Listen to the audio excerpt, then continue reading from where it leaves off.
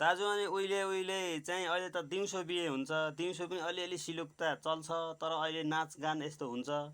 पहिले पहिले चाहिँ घर गाउँले र जन्ती भनेर खुब रातैभरि सिलोक भन्ने जुवारी खेल्ने हुन्थ्यो।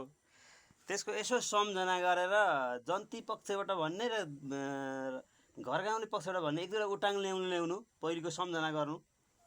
पहिलेको सम्झना पहिले त धेरै नै भनिन्थ्यो, अचेल अलिक बिर्सियो पनि बिर्सिँदै आइयो होला के त नि एक दुईवटा तै पनि विचार गरौँ है त के कसो हुँदो रहेछ। आएछ भने भनौँ, नआए त के गर्नु र।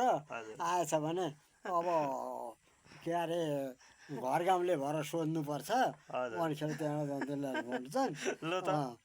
अनि यत्रा उत्तम यज्ञका वरिपरि यत्रा बसेका जन चुप लागि किन बस्दछौ जनती हो लौके सिलोक भन। ट्याम्केको मालिङ्गो मयुको सिगाले हर्कटे वनको बलो भन न ए जन्तीहरू कस्तो छ तिमीहरूको गलो। जन्ती पक्षबाट उत्तर दिनु पर्यो। दिक्तेलमा गर हो आचार्य थर बर्मनको छोरा म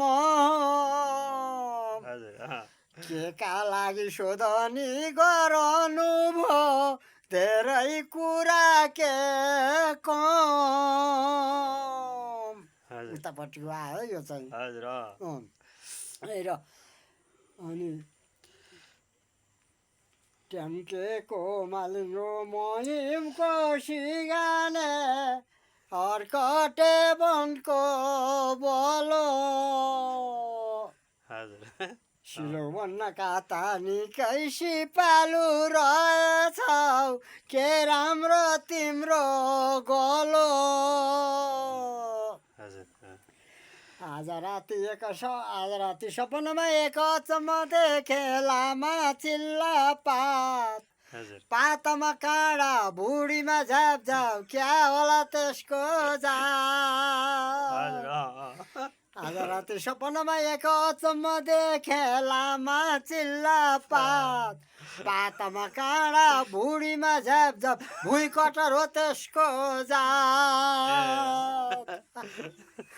खुट्टो कुखुराको चुचो मुजुराको गोरुको जस्तो जुरो त्यसको अर्थ बताऊ ए जनती हो के हुन्छ त्यस्तो कुरो। जन्तीले बताउँछन्।